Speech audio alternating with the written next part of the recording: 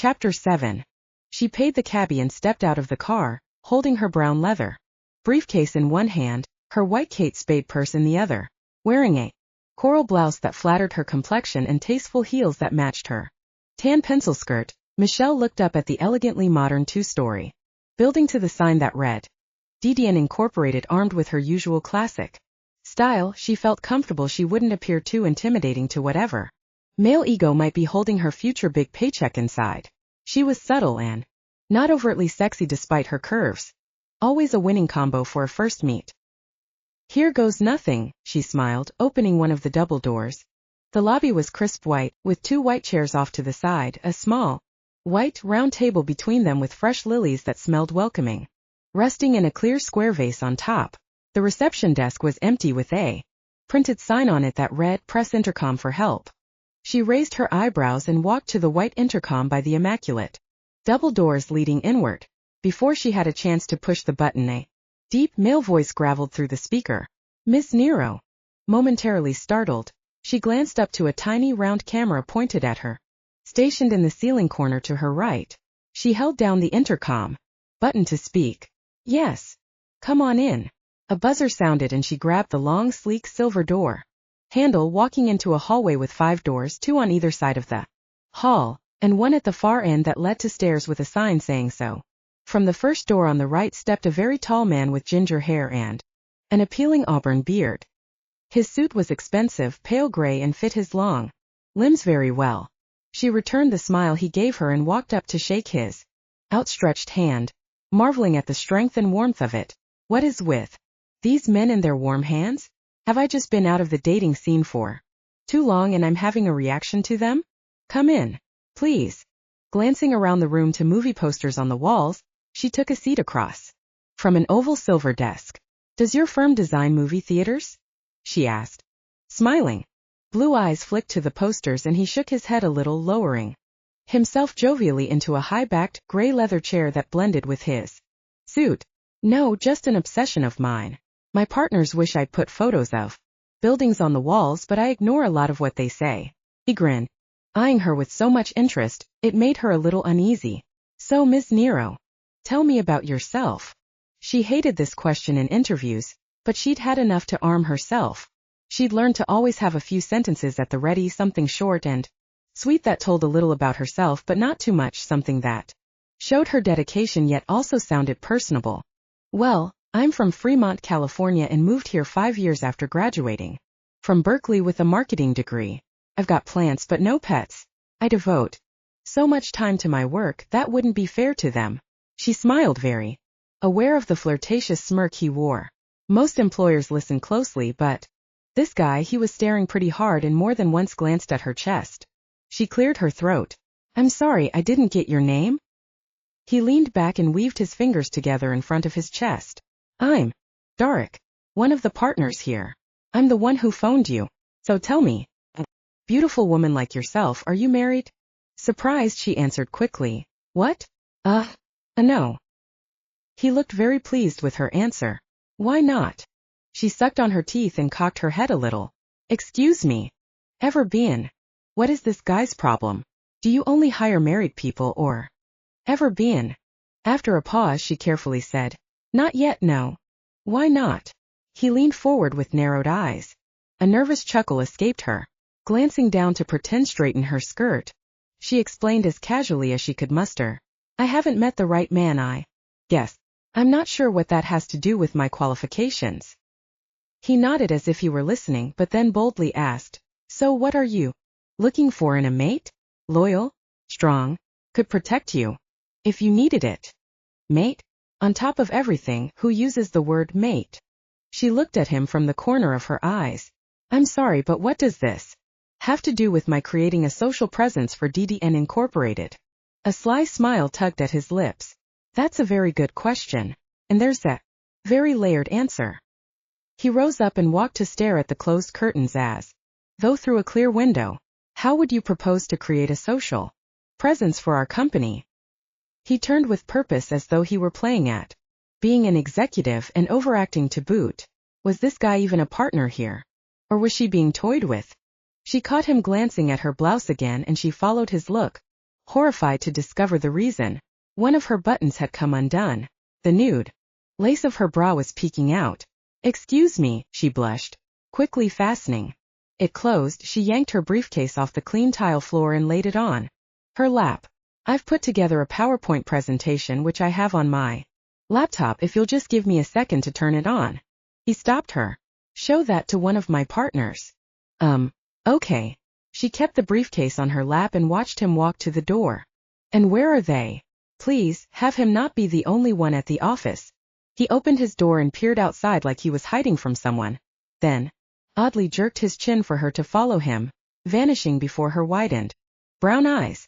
She rose slowly from the chair and picked up her things, wondering if she should make a run for it now or later. But she was too curious at the way he tiptoed down the hall not to follow him. He rapped on the second door on the left. A deep, angry voice called through it, "Come in." Dark held open the door. "After you." She looked inside. This office was very different from the other one. The walls were wood and the desk black. There were two huge framed black and white photographs of buildings she recognized on either wall to her right and left. The curtains here were drawn as well, but were violet. Behind a long black desk sat a handsome man who looked kind of like the blonde guy on The Mentalist, only far more imposing. He glared at her as she stepped into the room, followed by lecherous Dark, who stood by the wall, gazing at her like he wondered what she was about to do. Strangest interview ever. Half rising out of his chair, the blonde motioned for her to sit opposite him, and when she did, he sat back down. It was a gentlemanly thing to do, but he looked like he hated her, so the contrast was extreme and unnerving. "I'm Dontae. Michelle." She set her briefcase on her lap and her purse on top of it as shields. "I hear you can help us master modern technology's ability to reach new clients." Relieved he was talking about something appropriate, she relaxed. "I can. Was about to show a presentation of ideas I have, but I hear you're the one to impress, so let me just show you." With a succinct raise of his fingers, he stopped her from opening the briefcase. "In a minute. I want to ask you a few questions first." She braced herself. "Okay." Dontae stared at her for 7 long seconds that felt like an hour, during which she doubted her abilities entirely, and that made her angry. Finally he deemed her worthy of the first question. "Have you ever stolen anything?" She blinked, her temper bubbling. "Sorry? What? No. Never." She returned his cold glare. "No, never." "Cheated." "Dontae," Dark muttered from the sidelines. Dontae threw him a glance. "Let her answer the question." Michelle glanced back and forth between them, offering sarcastically, "You mean like on a bet or on a guy?" "Either one." "The answer is no." He nodded, seeming to believe her despite himself. What was even stranger was that he looked disappointed. "This is your own business, this marketing thing." Marking thing? A sense of pride pulled her spine taut. "Yes. Completely. Mine." "What made you do such a thing?" She shot back. "Meaning?" He rapped on the desk with his fingers. "Work for yourself. Why would you do that? Don't work well with others? Not a good teammate? I'm curious." Her crossed leg bounced as she considered how not to punch his smug face. "I do very well with teams. It's why I'm able to fit in with so many. That's necessary for someone who is self-employed and reliant on being hired by clients of differing backgrounds and needs. But, since I'm feeling irritated, let me also admit freely that I am not one to easily conform to rules set by the masses. If you must know, I am a self-starter and I have new ideas. For example, He stopped her again with those annoying fingers of his. No. First I have a question that might seem a little off topic." As if the others were on topic? She failed to stifle a snort. Off his look, she half chuckled. "This is definitely the most uncomfortable and inappropriate interview I've ever been on, and I'll tell you right now that I have no intention of working for DDN Incorporated, but since you've got me intrigued, I can't wait to hear what you're going to ask." His blonde eyebrows rose slightly.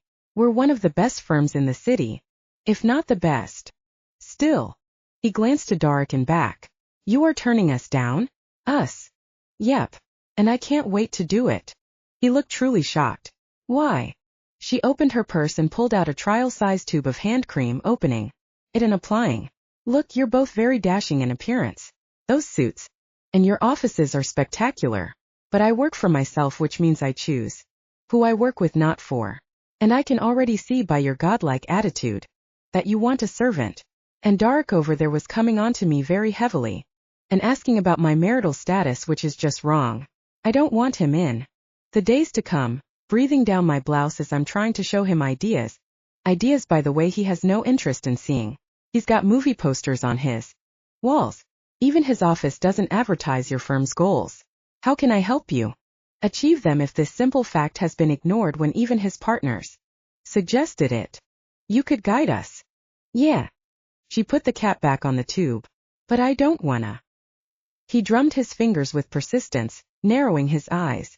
Aren't you afraid we'll tell people about your rudeness today? I could give a shit. Dontae pursed his lips. Very interesting. Very, Dark echoed. I still would like to ask you a question. Michelle tucked the lotion back in her bag and glanced back and forth between them with a wry smile. And I'd still like to hear it. Have you been watching the news? She blinked. That's your question? I thought you were about to ask something more unusual. He waited. Oh yes, sorry. I have. Why? Did you hear about the animal attack, the one they're thinking was an escape from the zoo? She felt her blood freeze. After she'd left Laura the other day, she'd obsessively read up on what the news was saying, and in having done so had learned a lot about her attacker in the process. She'd come very close to being one of many he had hurt, and she thanked her luck every day that she'd been spared. Licking dry lips, her eyelashes fluttered as she struggled for composure. Yes. They won't stop talking about it. Of course I've heard. Who hasn't? The way Dontae was watching her made her feel like he knew something about the attack. The look in his eyes was unmistakable if she didn't know better. But how could he know? Don't be paranoid, Michelle. Do you think it was an animal who committed the murder? Dark warned. Dontae. Dontae raised an innocent look to his partner. What? I'm interested. It's the topic of the week, isn't it? We're just discussing current affairs. He met Michelle's eyes again. So do you. Her hands were clammy, the lotion having trapped in the nervous moisture. She held his suspicious gaze and heard herself say with confidence, of course it was. I have no doubt.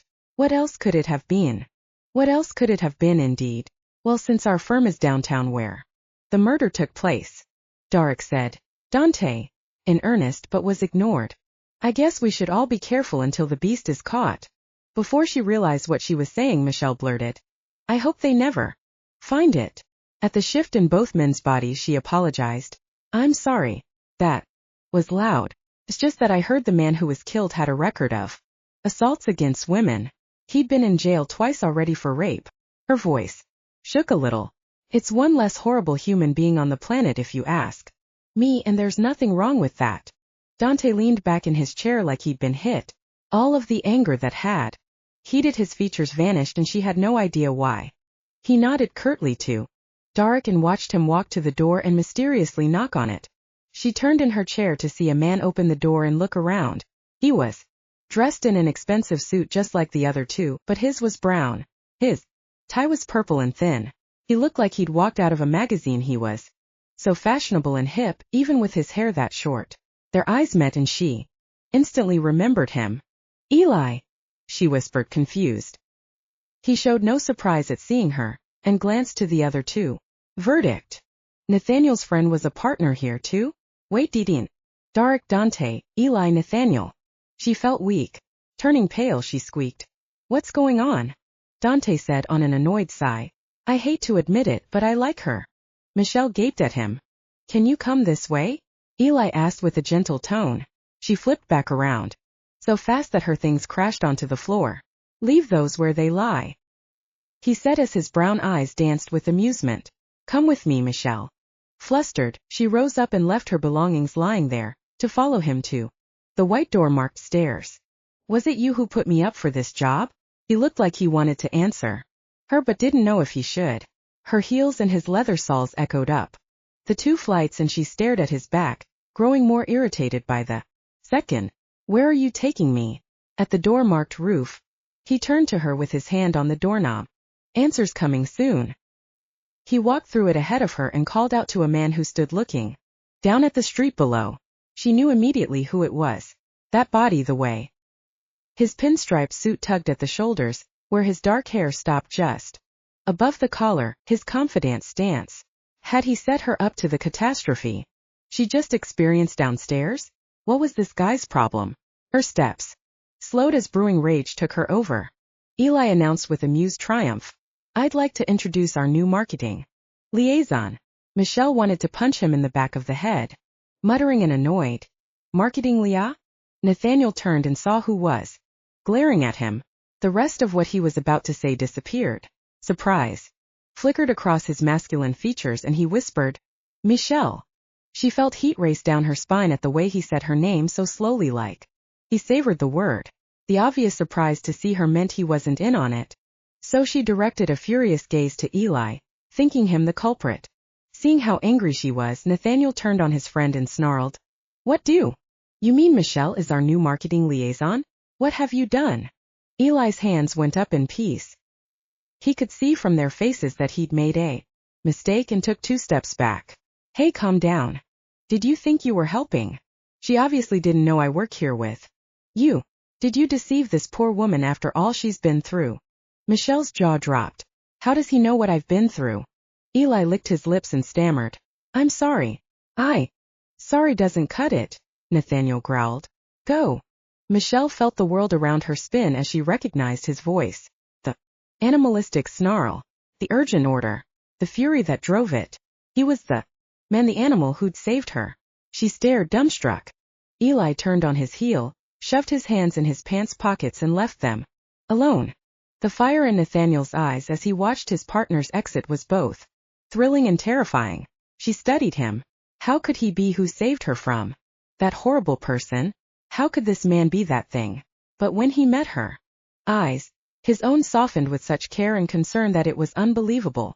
She was so struck by her discovery she could barely hear him say, "I'm so sorry.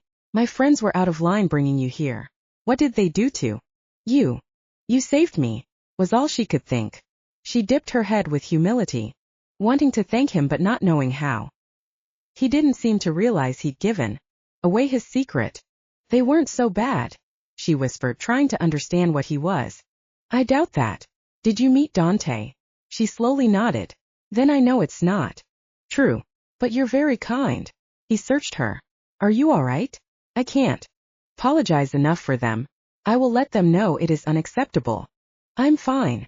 It's okay. But thank you. I appreciate that." He smiled, the cloud still dark behind his mood. "How have you been?"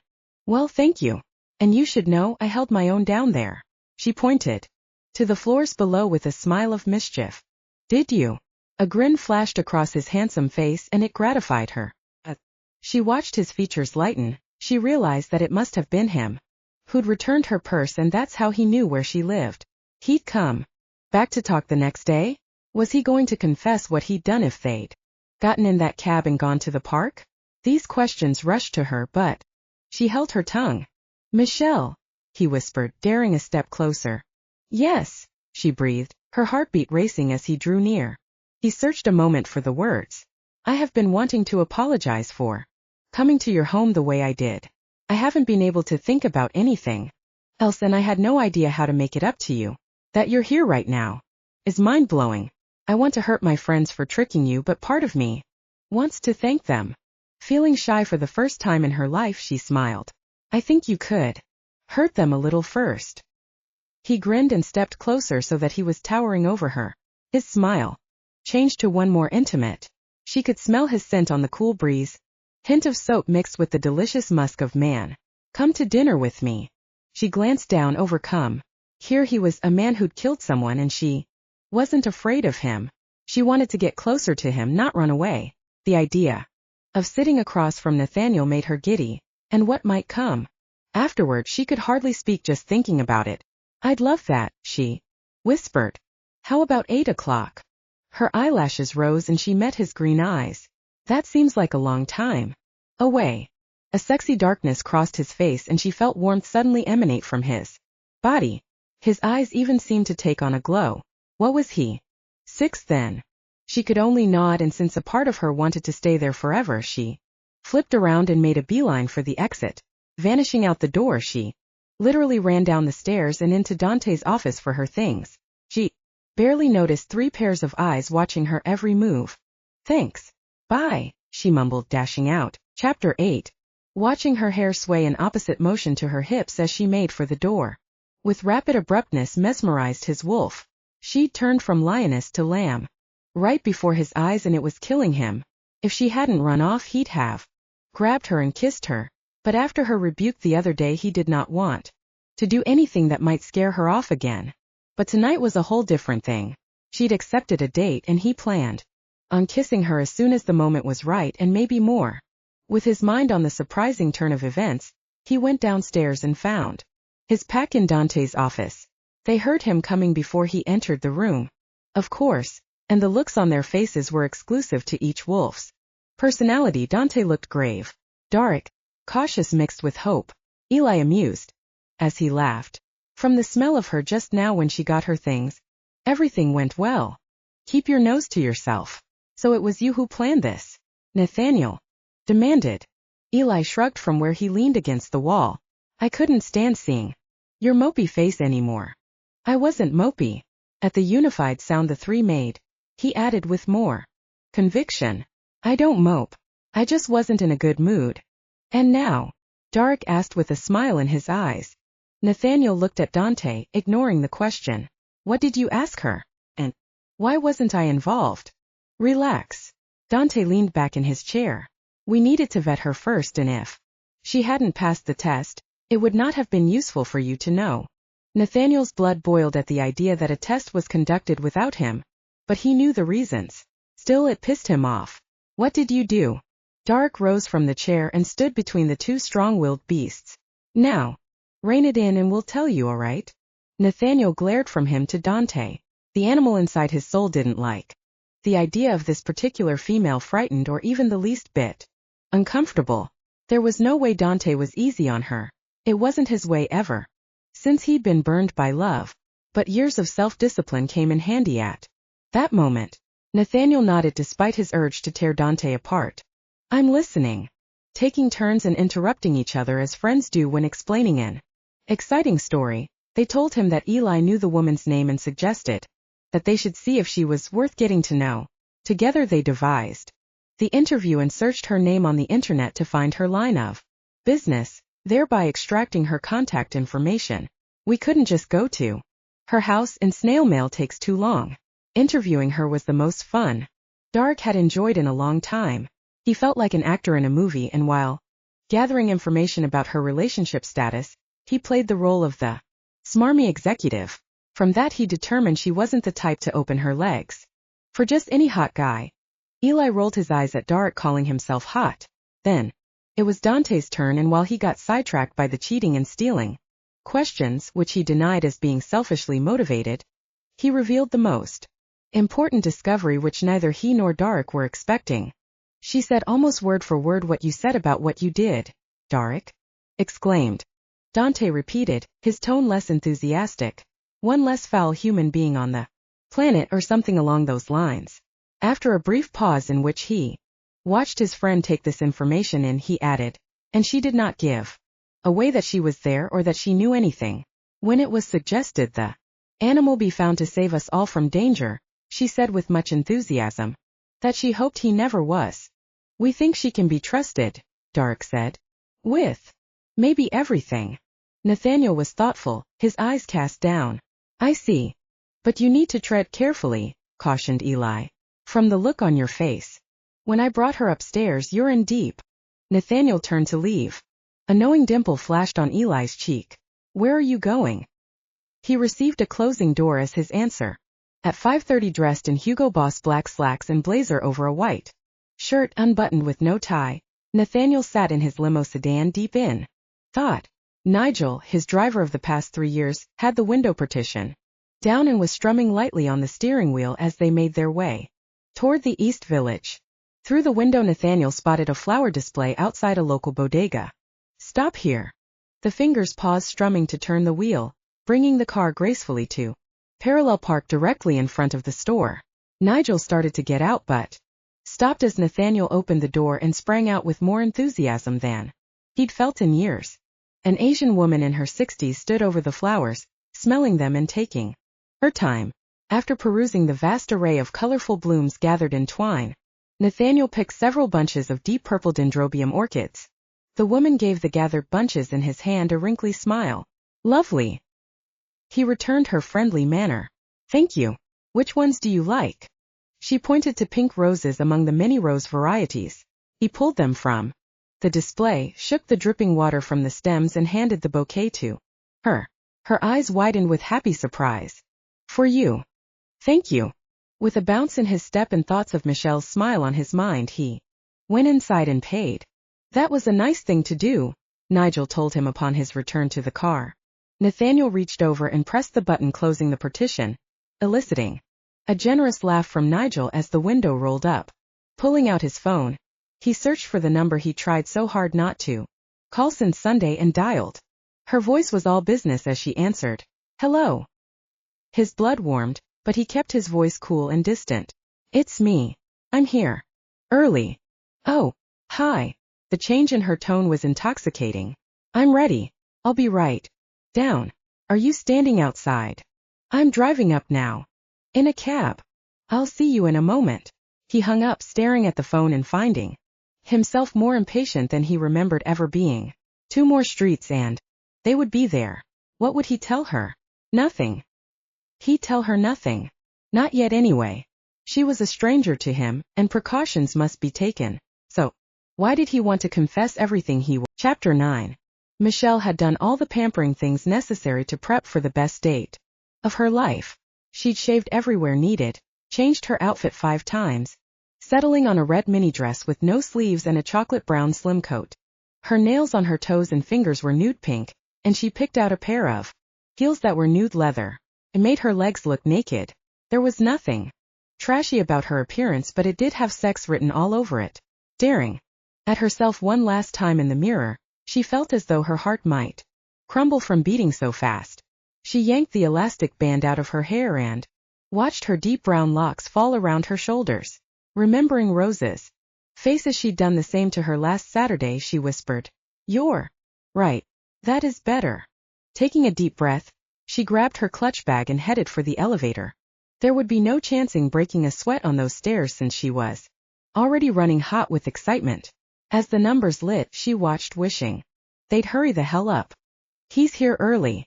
Let him wait, the voice in her head said, but she was too excited to pay it any mind. As soon as the doors slid open, she was out and forcing herself to walk normally at a slow pace on the foyer tile toward the front door. When she walked outside, the east village was still golden from the sun's descending light. It lit up the west side of her face, hair and body as she searched for cabs, finding none. A long black sedan sat waiting in front of her building. The door to the driver's side opened and a driver rose into sight. Michelle glanced to him in her search and saw the back door swing open, revealing Nathaniel sitting inside. His long legs swung out of the car and he leaned over for something. Inside, what had to be 50 purple orchids appeared as he rose out of the car. In one fluid motion, walking toward her, he took her breath away as he held them out, 1 foot in front of the other. Michelle. They're stunning, she whispered as they met. At the risk of sounding cliché, they're nothing compared to you. He smiled. Her eyelashes fluttered up. Thank you. Your dress is. His gaze traced downward, lingering a while. Yes. His eyes clouded and he shook his head like he had to control himself. Ready to go. The way he looked at her made her feel very beautiful, and it gave her a grace where nervous clumsiness might have otherwise been. She climbed into the car, knowing full well he was watching her, finally crossing her legs only after he sat down to make sure he saw her skin touch skin, and her pretty toes peeking out of the front of her heels, so purely feminine. Oh, he saw all right. The driver came around and closed the door. A good thing, because it looked like Nathaniel had forgotten it was open.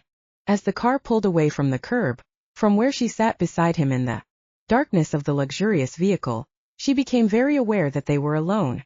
The partition was closed in solid, complete privacy. She knew she was damp from the sensations floating over her skin wherever his glance traced. What we're going to say about my dress? She asked, casting a smile sideways to him. His gaze dropped to her lips. To her surprise, He reached over and touched her knee, then slid his fingertips lightly up the length of her thigh until they touched her red hem and paused there. His heated gaze fell to her bare thigh, and he held there a moment, then crooked a finger under the fabric and pulled it up just a teasing inch. Her body commanded her to uncross her legs and give him access, but she kept very still. Her heart pounded and he glanced up briefly to her chest like he could hear it. Or was he looking at her breasts? Well, now he was. A smirk tugged at the corner of his lips and she saw his nostrils flare a little. He ran his middle finger across her skin to the left and right, pulling slightly at the fabric with every slow, calculating motion. It was torture. He leaned in for their first kiss, but as his lips brushed hers they both jerked forward, the car coming to a violent stop. Nathaniel's arm went up to protect her from flying forward so fast she didn't see it until it was there. He hit the button. Nigel! What happened? Muffled swearing grew louder as the divider rolled down for an explanation. Nathaniel drew back his hand. Michelle crossed her legs in the other direction. Sorry, sir. Some asshole ran a red light. Then he acted like it was my fault and flipped me off. Fucking people. Nathaniel smiled. It's all right, Nigel. We're just a block away now. Hang on. Sorry, Mississippi. I'm fine. And I love roller coasters. A grateful look passed over the driver's face, visible through the rearview as he continued on their journey. Nathaniel looked out the window watching the final cluster of popular storefronts pass by. We'll leave the flowers here if that's okay. As long as they're safe, she teased. He met her eyes with disarming sobriety. Nothing will happen while I'm around. She stared at him and nodded, knowing he truly meant that. The car came to a stop and the door next to her opened a moment later. She took Nigel's offered hand and rose out of the limo while Nathaniel let himself out on the other side. He waited for her to be brought to him on the sidewalk, watching her walk to him with unabashed admiration. Thank you, Nigel. I'll call you when we're ready. When she stepped onto the curb, he took her hand. You like steak? She smiled. I'm a meat and potatoes type of girl. As he led her into a restaurant chosen to impress, he said, under his breath, You're a woman, not a girl. She watched his profile as he glanced around the dimly lit restaurant. There weren't many windows, so despite the bright sun being out, there was a romantic atmosphere here that seemed to please him. He led her to the hostess, who visibly did a double take at his looks. Nathaniel Jacobs. The girl blinked to compose herself and looked at the reservation list. Right. This way. Choosing 2 menus and a wine list, she led them through the low-ceilinged, intimate dining room. Michelle glanced around, thinking it was exactly the type of first-date restaurant she'd always dreamed of. Not too stuffy, but elegant enough to know that she was important to him. Immediately as they sat down, he ordered an expensive bottle of Syrah and a bottle of still water. Do you like crab cakes? He asked her, glancing up from a menu. Love them, she smiled. Great. To the hostess, he said, could you please tell our server to order those as well? She nodded, looking as though she'd do anything he asked her, but keeping that desire as subtly hidden as her position demanded. He didn't seem to notice, but it made Michelle all the more proud that she was the one seated at the table. The hostess exited and Nathaniel set the menu down and smiled. I want to know everything about you. She blushed. Well, I'd like to know some things about you as well. His eyebrow rose. Oh, you say that as though you have specific things in mind, but let me start with the questions. Okay. A server appeared with the wine and showed him the label. Nathaniel nodded and turned back to Michelle as it was being uncorked beside him with all the proper etiquette. So you like red wine? Love it. Bolder the better. Michelle smiled, eyes locked on him. That cleft in his chin was so attractive that all she could think of was reaching over and tracing it with her finger. Have you always loved it, or did you gradually get there? He asked, taking a taster sip poured for him. That's fine. Thank you, he told the server, quickly returning focus back to her. Michelle answered, Oh no, I started out with wine coolers, if you can believe. Then white Zinfandel, then Chardonnay, then reds. I still drink Chardonnay when the mood hits. But we're in a steakhouse, so, she trailed off. With red meat, always red wine. He finished with a smile that matched hers. Glancing to the male server like he wanted him to leave, he watched as her glass was gracefully filled to halfway. As soon as he completed the pour-in Nathaniel's glass, the server told them he'd give them some time with a menu and disappeared quickly. What about you? She asked, leaning forward with her chin on her hand as she gazed at him. He smiled and leaned forward, answering like he was giving away a secret. Reds all the way. Never anything else in terms of wine. But I'm not a big drinker. It's not my weakness. He raised his glass to toast.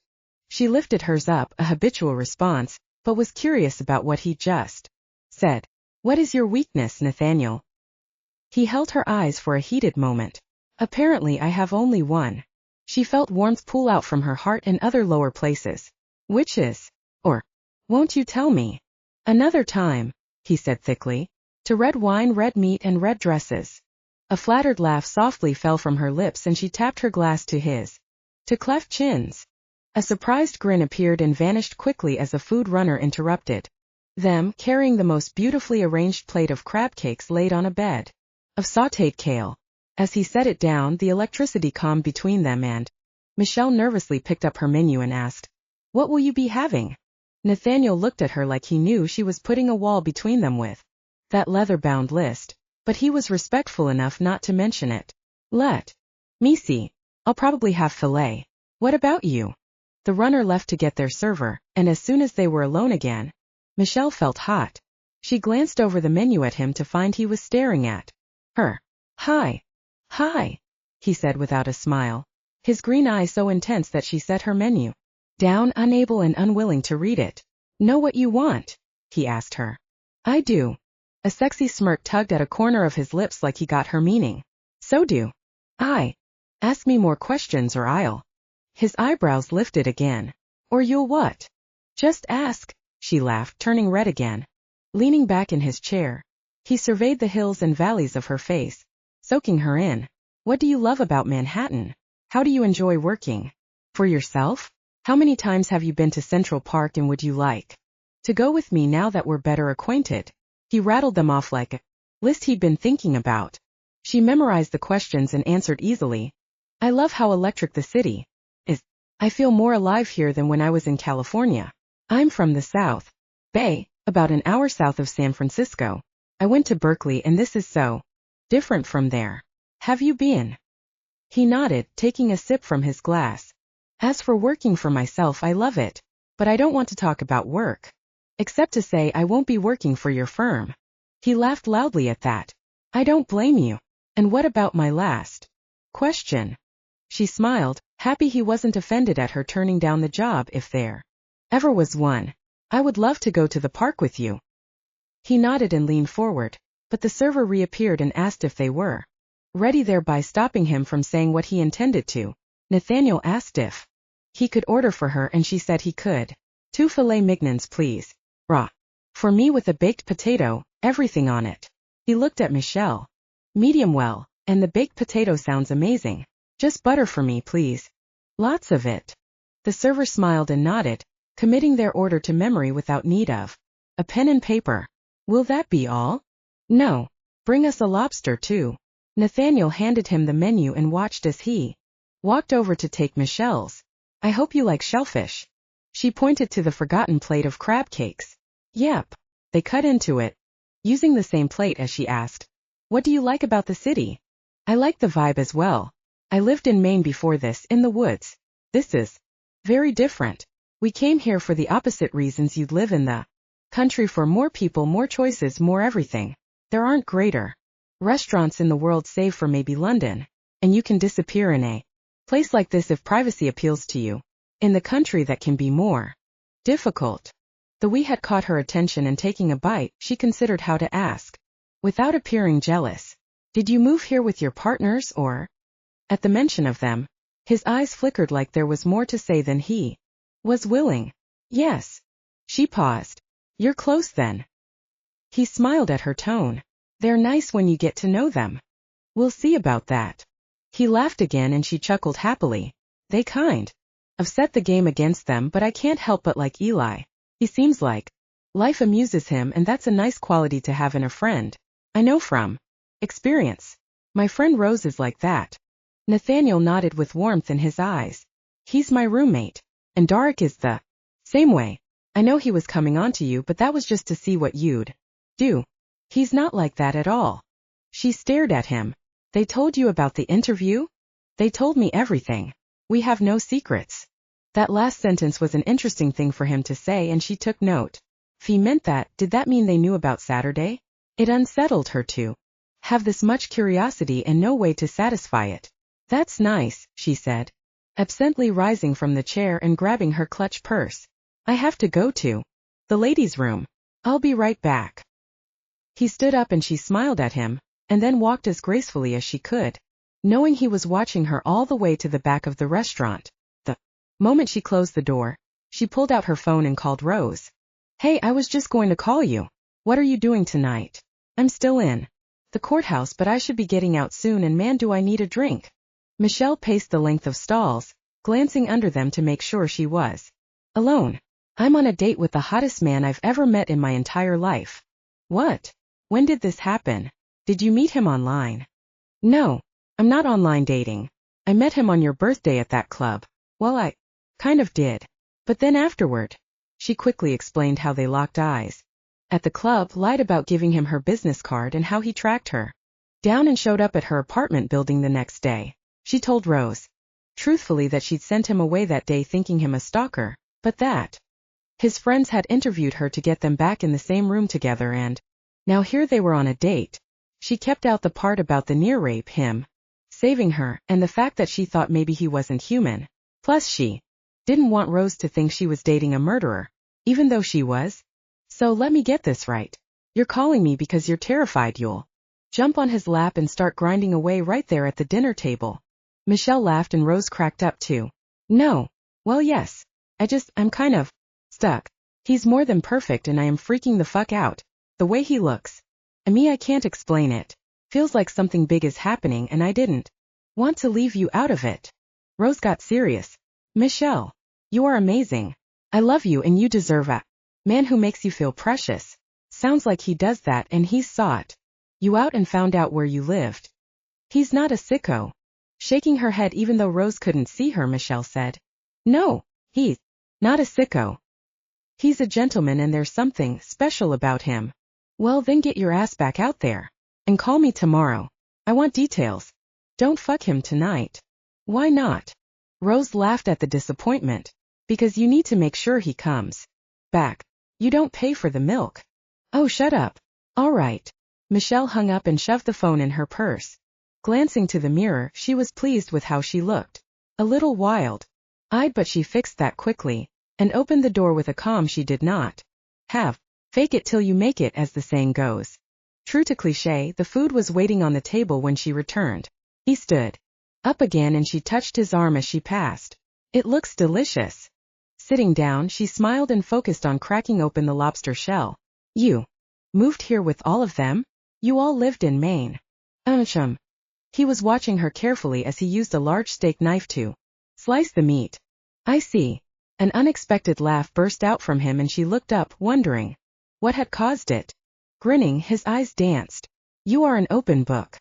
She blushed and put the lobster tail down, wiping her fingers off on the white linen napkin and reaching for her wine goblet. How so? You obviously don't like lobster. The frown on your face is extreme. She swallowed a larger gulp of wine than she'd expected to and stared at him over the glass. Holding it in both her hands, she whispered, It's not that. It's that I want to know what you are and I couldn't ask my friend and I can't ask you. Can I? His smile disappeared as he watched her face. Setting down the utensils, he leaned in and held his arm over the white linen tablecloth. She laid her hand on his and he wrapped his fingers around her firmly. What is it then? Is something on your mind? Staring at their joined fingers, she opened her mouth to speak.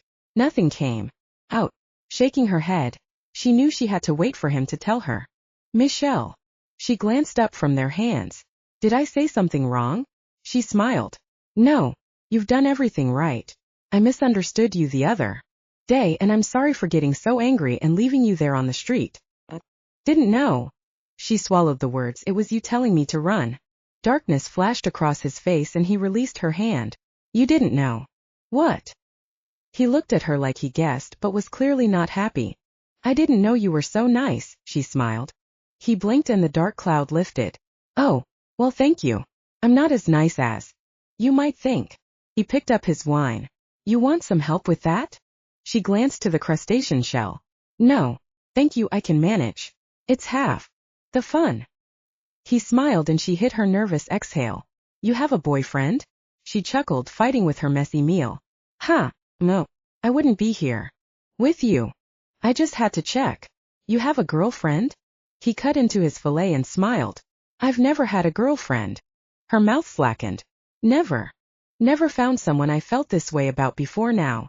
Michelle stared at him and wiped her fingers again. He smiled at the forgotten lobster and waited for her to speak. That took some time. She couldn't believe what she'd just heard, and that it was given without guile. We just met, she reminded him in a whisper, even though she knew that didn't matter. Sometimes that's all it took, and this was definitely one of those times for her too. He nodded, his voice low and thoughtful. I know. It's very strange. It is, but I love it. He smiled and sighed. Good. You want to get out of here soon. He reached over and effortlessly cracked her lobster like it was a toothpick. I want to hurry up, but I keep making you forget what you're doing. She laughed and dug out some of the juicy sweetness, dipping it in butter. Are you going to cut my meat too? He grinned and shook his head. I have a feeling from that look on your face. You'd cut my hand off if I tried. Oh really? Yes, he laughed. The lioness is back and the lamb has disappeared. Michelle chuckled at the accuracy of his awareness, and they ate their meal, chatting easily about different topics. She loved hearing his voice as he explained why he loved living downtown over mid-city, that he liked the grittier aspect of the area. Underneath their conversation she was very aware that he just expressed an interest in taking her somewhere else in a hurry. She had visions of his private bed and what it must be like, or maybe the back of that limo, and more than once he paused like he could sense she was turned on. The heat in his eyes was palpable and he kept glancing down as though he could see through the table to her dampened panties. As soon as their plates were cleared, Nathaniel asked for the check. She played with the napkin on her lap to keep her mind off what was about to happen. All she wanted was for him to sweep his arm across the table, throw everything onto the floor and lay her down right there and now. You smell amazing, he said thickly. She glanced up. I do. You have no idea. The lust in his eyes made her breath hitch. Let me just text Nigel to bring the car around. He typed quickly, then looked at her. Again tucking the phone into his pocket, they stared at each other until the server returned with his credit card and receipt, and when he signed it he barely looked down, like he couldn't take his eyes off her. Let's go, he said thickly. Rising, he crossed to lead her out and she slid her hand through his offered arm. They left the restaurant, both unaware that there were other people in the room and that the hostess stared longingly after their departure. They walked into the cool night air, the sun gone. Nigel was parallel parked out front and there was a cop car behind his. 2 uniformed police officers stood outside waiting. Nathaniel Jacobs? One asked as they walked up. Nathaniel's steps slowed and the muscles in his arms clenched. Michelle stared at the cops, glancing up to her date with concern. She knew immediately why they were here. Chapter 10. Behind them, Nigel watched his boss and friend, shrugging to signal that he couldn't think of what to do fast enough, that he'd had no choice. Nathaniel's pulse raced, but he kept cool as he answered, reaching to cover Michelle's small hand with his own much larger one. Yes, that's me. Is there a problem? Sir, we have some questions for you if you don't mind. The officers watched him closely in that way that seasoned truth catchers always do. We'll just take a minute, the other added, glancing to Michelle and noticing their dressed-up attire. Nathaniel smiled amiably, disguising his unease. Their timing could not have been worse, because if they were going to ask him about Saturday night, that she would hear these questions when he hadn't had a chance yet to explain was the most unwanted thing in the world. I'll help in any way I can. He glanced to Michelle, wondering if he could ask her to give him a moment, but the officer didn't give him the chance. On Saturday night, we have on local cameras that this car was near a crime scene. By any chance did you see an animal roaming the streets when you were downtown? Nathaniel shook his head, appearing surprised. Was there a dog attack again? No. A wolf. He didn't betray the dryness in his throat as his eyebrows raised like any normal person's would. A wolf? In New York? No. Oh, this is what they were talking about on the news. No, I didn't see anything. Your driver said he didn't either, but sometimes when you're riding as passenger you see more. So Nigel lied for me? Why? Nathaniel smiled in agreement, appearing struck by the idea that a wolf was loose. I've seen that news story. Overlapping him, Michelle agreed. Everyone has. He didn't miss a beat as he finished. But believe me, if I'd have seen a wolf, I would have told you. I would have told everyone. Put it on Instagram. And everything. Would have had to start an account to do so, he added with a smile. The cops laughed. Yeah, it would have been something to see. So, the zoo is saying none of their wolves got out? One of the officers shook his head as the other answered. That's their story. Between you and me, we're not buying it. The men shared a knowing look at how people are, and Nathaniel felt Michelle's fingers tighten on his arm. It's so scary to think of, she said. There was something in her voice that alerted him to the fact that she knew they were both averting certain disaster here. But then he realized she probably had not reported what happened to her, and wanted the police to go away just in case they were to question her next. Well, we'll let you get back to your date, the more vocal officer told her. With a respectful smile. Thank you, Nathaniel told them. Nigel walked around the car and opened the door for them. Have a good night, officers, Nathaniel said as he walked Michelle to the car. You too. They headed for their police vehicle, the radios on their hips, alerting them that a 211 was taking place on Houston Street. Friday nights. One mumbled as they got in. Nathaniel let Michelle in first as he listened closely to their conversation. From their casual banter and change of subject, he knew they hadn't suspected anything in him. All of his muscles were tight and his jaw hurt from him, trying not to clench it. He cast a look to his driver as he lowered himself into the vehicle. They would talk later. The door shut and he stared out the window, momentarily caught in the what had just happened before he remembered Michelle. Turning to her with forced casualness, he found her keenly staring at him like she knew everything. His heart slammed in his chest and he looked to the divider as Nigel asked, "Where?" "To Central Park." He heard his low voice crackle with shakiness and cleared his throat. "Thank you." Nigel nodded and met his eyes in the rearview, then pulled the car away, merging with traffic. The window rolled up to give them privacy again, and Nathaniel was grateful for the thought. But what to say to Michelle with her looking at him like this, he had no clue. He took her hand and stared out the window, wondering what he could tell her, and how much. It was a while before they got to 51st Street where the park began, and he took that time to consider the fact that he'd never revealed what he was to a human. Up in the woods they had only been werewolves in their small community. As the lights of the city flew by the window, he toyed with her fingers, his mind racing. Nigel opened the door for them when they arrived, and this time it was Nathaniel who helped Michelle out.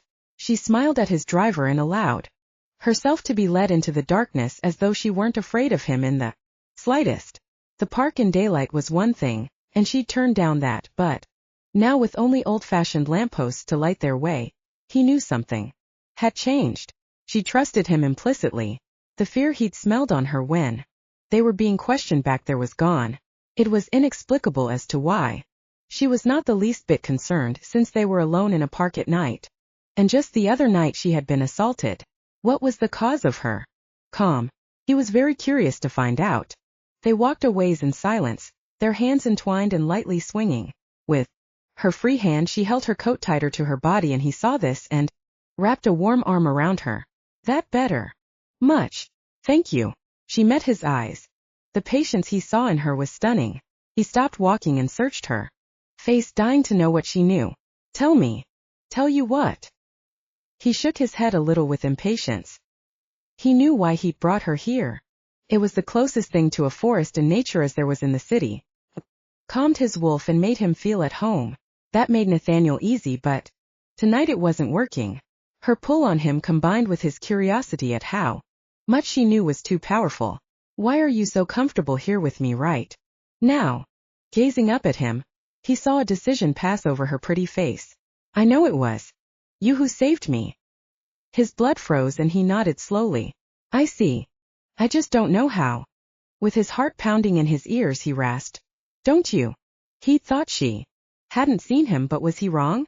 What did you witness that night? She glanced around to make sure they were alone. He knew that they were. He could hear a half-mile in every direction, and that included heartbeats if he paid as much attention as he was paying now. She reached up and touched his cheek, tracing her fingers down it as she looked into his eyes with tenderness. It eased the battle waging inside him.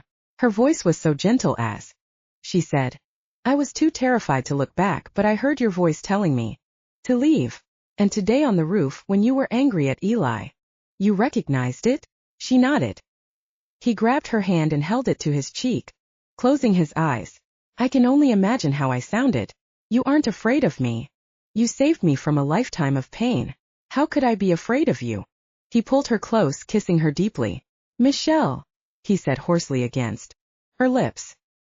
He kissed her again, and she slid her arms around his neck, allowing herself to be consumed by his kisses, meeting his tongue as it reached for hers.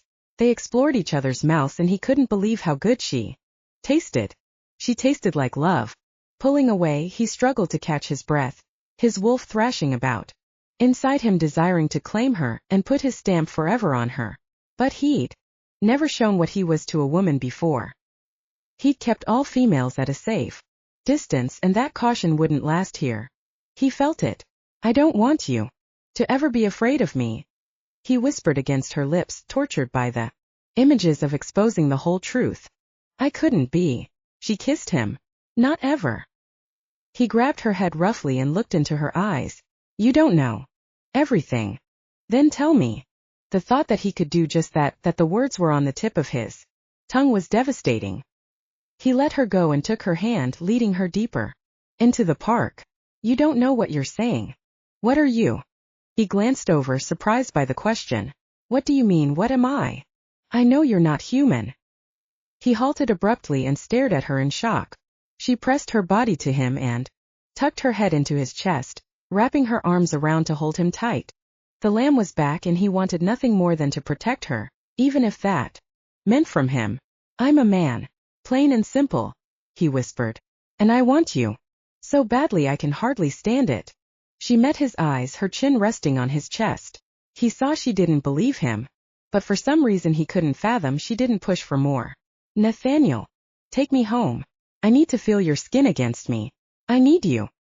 Heat rushed through him, and he nodded, kissing her hard on the lips before grabbing her hand and leading her back to the car so quickly she had to jog to keep up. He pulled out his phone and said, "Text Nigel." The phone's computer voice replied, "Okay, what would you like to say to Nigel? Come get us." "Okay, I'm sending your text." By the time they arrived on 51st Street, the car was waiting with Nigel at the ready. "Take us back to Ms. Nero's apartment." "Yes, sir." Inside the car, the privacy of the large back seat drove him insane. He sat away from her, holding her hand firmly on the leather between them. He felt her looking at him, and when he turned, there was worry in her eyes. "What's wrong?" She licked her lips self-consciously. "I'm just wondering why you're way over there." A rueful smirk pulled at him. "If I start touching you now, I won't be able to stop. And Nigel has a way of hitting the brakes when we least expect it. Need you alone. Really alone." "Oh." A relieved smile flashed in her eyes and on her lips. She stroked his hand and watched out the window as the buildings passed. He took the opportunity to trace her body with his hungry glance. She was full-figured and proud of it, and he couldn't wait to taste her.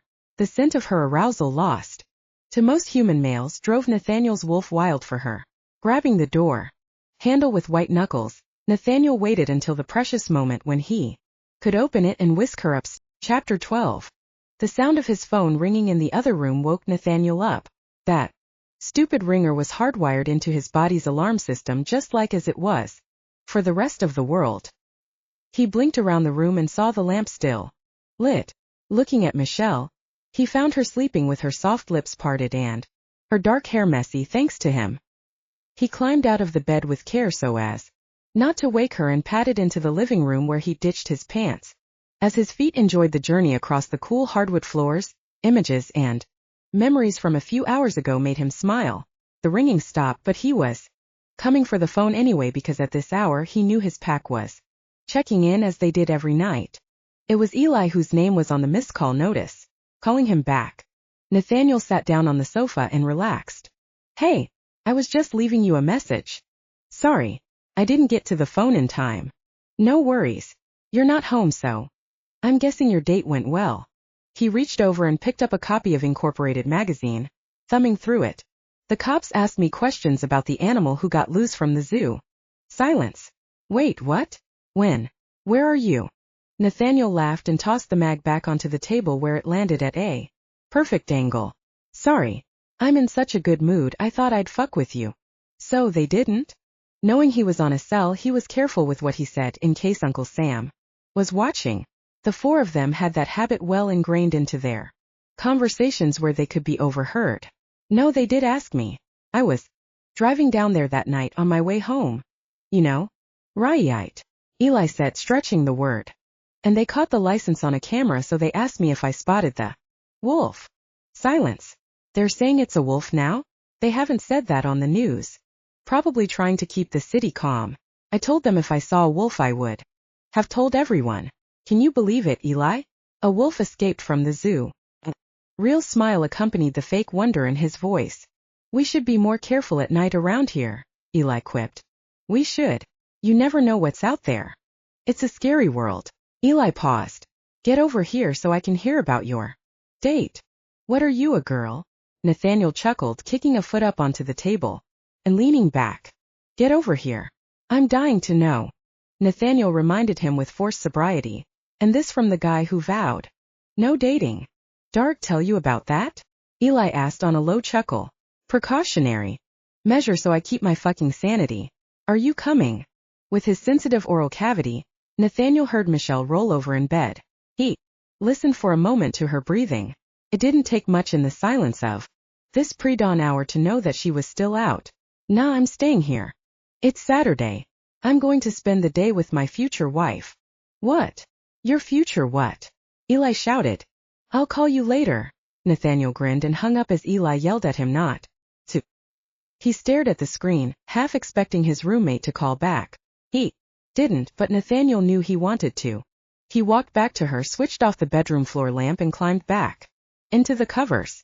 The room smelled like the two of them now, and it made him proud. He'd marked her with his scent, though only a wolf would know that. In her sleep, Michelle cuddled up to him and he wrapped a possessive arm around her, looking down at her pretty face. There was a small smile on it and she peeked at him through sleepy eyelids. You're awake, she whispered. I am. I'm nocturnal by nature. He traced up and down her curvy side with his fingertips. But I've become accustomed to normal human hours. She kissed him. Still want to marry me? Her smile said she just wanted to hear him say it again. I still want to marry you. You look like you're waking up. Want to go for that walk now? Burrowing into his chest, she laughed. In Central Park? Really? Yeah. My wolf needs some nature around him. You've awoken something in me, my love. She kissed his chest and peeked up at him, looking so beautiful as her eyes twinkled. I'd love to go for a walk in the park with you. I just need it. Coffee. Or 12. She laughed, then glanced downward. Don't you want to do something about that? She smiled, motioning to his hardening length. Later. Let's get you that coffee.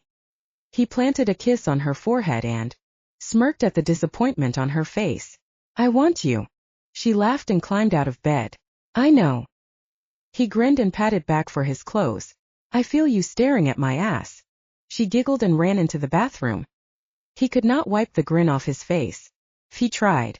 They took a cab to the local coffee house since she insisted she only patronized small businesses if she could help it. Then the cabbie dropped them off in Central Park, where they took their time walking the night-cloaked grounds holding hands. It really was a well-made landscape, in that someone thought to put it in the middle of the most compact urban landscape outside of maybe Japan's was an inspired decision. She plucked a red leaf from a tree branch and fingered it as they continued onward. He enjoyed watching her tell him stories about her college days and, further back, about her childhood. Her voice soothed him, its register pleasing. Do you miss the country? You said your wolf needs nature. Sometimes I do. But we travel up a couple times a year to run free in the Woods. I'll bring you next time. He smiled at the excited look on her face. And you and I will go and live there when our cubs are at puberty age. She stopped walking. I'm sorry, cubs. He laughed. He was enjoying shocking her and Eli now that his secret was out. And he felt the weight lifted from his overly responsible shoulders. Don't look so scared. They're born normal babies and will remain so until they hit puberty. Then we'll have to take them away to teach them to control the shifting, or we'll have a public outcry on our hands. Thunderstruck, she stared at him. We're talking about children already? Don't you want them? He asked, genuinely hoping she did. She nodded without hesitation, and slowly began to walk away from him, soaking in what he'd just told her, like it was even more overwhelming than finding out he was a werewolf. That amused him to no end. Catching up with her, he took her hand. You look like I just told you you're already pregnant. With wide eyes, she whispered. I've never met a man who so freely talked about weight. No, that's not true. A couple of my boyfriends wanted kids badly. I almost forgot about that. His gut clenched at the thought of her past men. Oh. She glanced at him and smiled when she saw the jealousy he could not hide. I have had boyfriends, you know. I'm 28. I'm not a child. A huff escaped him. I wish I'd met you before. She swung his arm lightly as they journeyed up a dark stone path. Things happen when they're supposed to. I wouldn't have been ready before now. In fact, I didn't think I was even looking until I met you. He relaxed, feeling gratified by the distinction that he had changed her mind. In some way, just by his appearing in her life. Did you want kids with these men? Boys. They were boys. And no, that's one of the reasons they didn't last. She gave him a sideways glance. He had to ask the burning question. Do you want them with me? She walked on for a bit before answering, and dropped the leaf from her hand. I didn't want children with them because I didn't want to marry them, and since I want to marry you, that goes to say that I do want your children. Wow. Can you be patient with my getting used to this? Her eyebrows lifted with curiosity. He squeezed her hand and brought it to his lips. You're not the only one I'm going to have to be patient with. My friends, they will need some patience as well. Her face fell. They don't approve of me? He thought of Dontae. They do. But as I mentioned. He stopped abruptly, the sound of 2 heartbeats beating abnormally arresting his attention. What is it? She whispered, looking in the direction he stared. Shua, he warned in a low volume. Flipping around, he led her quickly in the direction they'd come from, hoping to avoid a confrontation. After what had happened last weekend, he knew where her protection was concerned it was difficult for him to control his wolf. The thieves waiting for them in the shadows below the stone bridge had no idea who they were about to fuck with. Nathaniel heard them decide to attack and he stopped walking, knowing there was nothing to do but deal with the problem. Shit, he muttered. Michelle. Stay back. With worried eyes, she did as she was warned. Glancing to her with a calming hand raised, he told her silently that she was safe to wait for him and not be scared. He listened for more people, making sure they wouldn't be ambushed with her off behind him and unguarded from that direction, but these two were alone. From the disgusting scent that drifted on the breeze into his nostrils, there was crack cocaine seeping out of their pores. They were needing their next fix and weren't about to take no for an answer.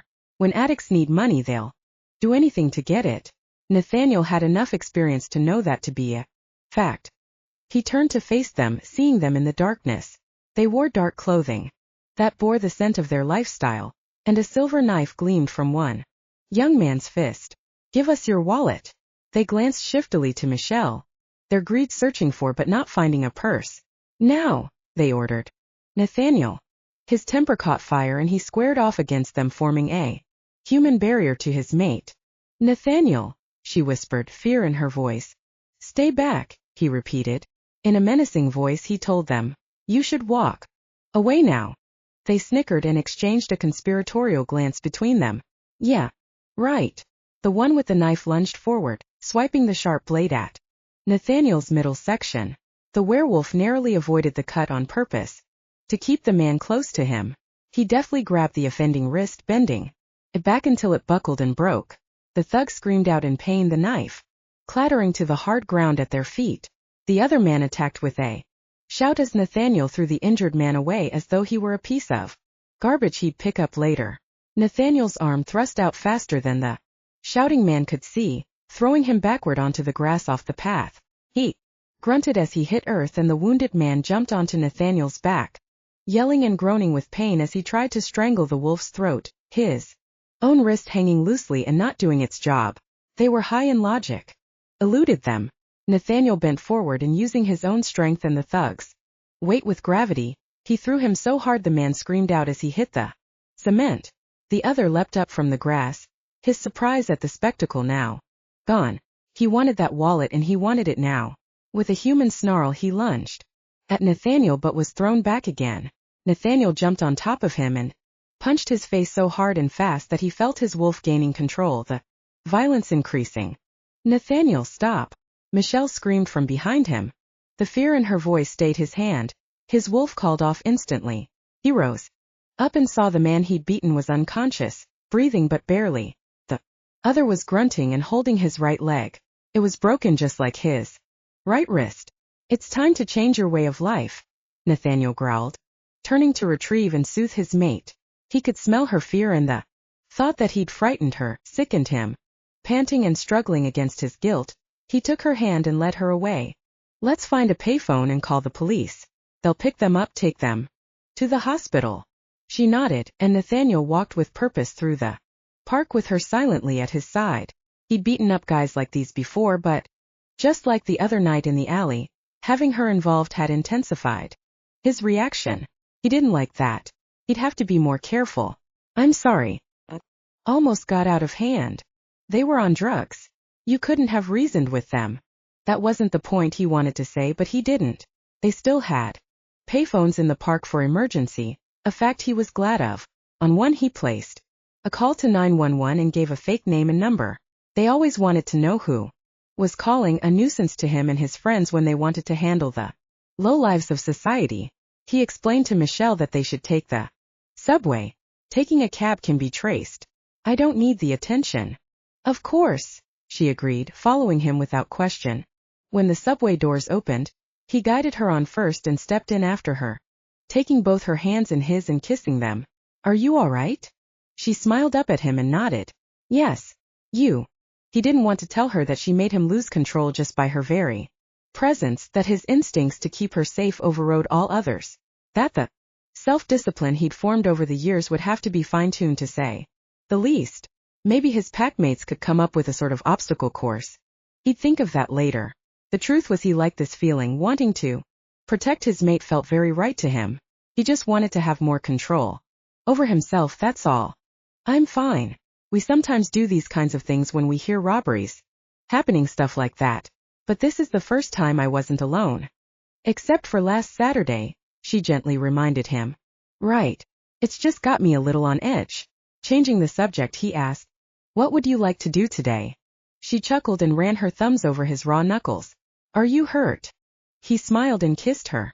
No, the C train started south down the tracks and their bodies swayed with its rolling speed. Let's go to my place. I'd like to shower and change clothes. Okay. She leaned into him and he wrapped her in his arms, the steady movement of the train calming them both. There were more passengers aboard than one would expect at only 6 in the morning on a weekend, but this was New York, the city that never sleeps.